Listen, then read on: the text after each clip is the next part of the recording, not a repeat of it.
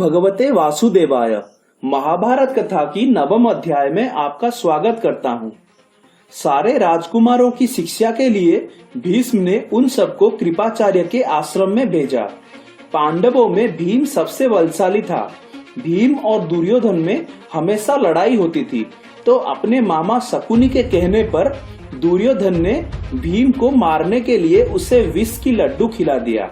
जब भीम बेहोश हो गया तब दुर्योधन ने भीम को बांधकर उसे गंगा में डुबा दिया। डूबते हुए भीम गंगा के नीचे रहने वाले नागलोक में पहुंच गया।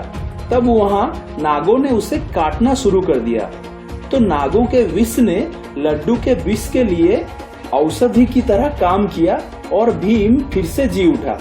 तब उसने सारे नागों को मारना शुरू कर दिया। फिर वो सब उसे नागराज वासुकी के पास ले गए। उनका एक दलपति आर्यक कुंती का मातामह था। जब उसने भीम को देखा तब वो बहुत प्रसन्न हुआ और सारी बातें सुनकर उसने भीम को नागों के रस कुंड की अमृत पीने को दिया, जिससे कि भीम को 10,000 हाथियों का बल प्राप्त हुआ।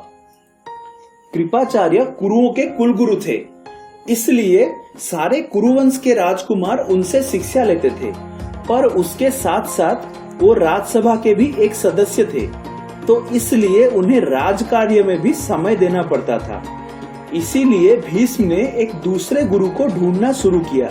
उसी दौरान द्रोणाचार्य हस्तिनापुर आए हुए थे। एक बार बालकों ने खेलते हुए अपनी गेंद को कुएं में गिरा दी। तब द्रोण वहां से गुजर रहे थे। बालकों के अनुरोध पर उन्होंने कुछ पतले घास के टहनियों को एक के बाद एक गेंद पर मार के उसे बाहर निकाल दिया। इस बात को बालकों ने भीष्म को बताया। तब उन्होंने द्रोण को राजकुमार का गुरु नियुक्त किया। द्रोण कृपाचार्य के जमज बहन कृपि के पति थे। कृपाचार्य शरध्वन ऋषि के पुत्र थे। शरध्वन ऋषि जन्म से धनुष के साथ पैदा हुए थे। एक बार वो घोर तपस्या में मग्न थे। तब इंद्र ने उनकी तपस्या भंग करने के लिए जनपदी नामक अप्सरा को भेजा। इससे उनका ध्यान भंग हुआ और उनसे एक बालक और एक कन्या का जात हुआ। ऋषि वहां से चले गए। जब हस्तिनापुर के राजा शांतनु वहां से गुजर रहे थे तब उन्हें वो 2 बच्चे मिले। वो उन दोनों को साथ ले आए और उनका नाम कृप और कृपि रखा। शरध्वन ने जब ये जाना तब वो वापस आए और कृप को शिक्षा दिया। बड़ा होकर वो कृपाचार्य बना और कुरुओं के कुलगुरु के पद पर हस्तिनापुर में रहा। वहीं उसकी बहन कृपि ने द्रोणाचार्य से विवाह किया। द्रोणाचार्य महर्षि भरद्वाज के पुत्र थे। एक द्रोण से जन्म होने के कारण उनका नाम द्रोणाचार्य पड़ा। उन्होंने भारद्वाज ऋषि के आश्रम में अस्त्र शस्त्र और ज्ञान की शिक्षा लिया। उस समय वहां पर पांचाल के राजकुमार द्रुपद के साथ उनकी दोस्ती हो गई थी। तब द्रुपद ने उन्हें कहा था कि एक बार वो राजा बन जाए फिर द्रोण को आधा राज्य दे देंगे।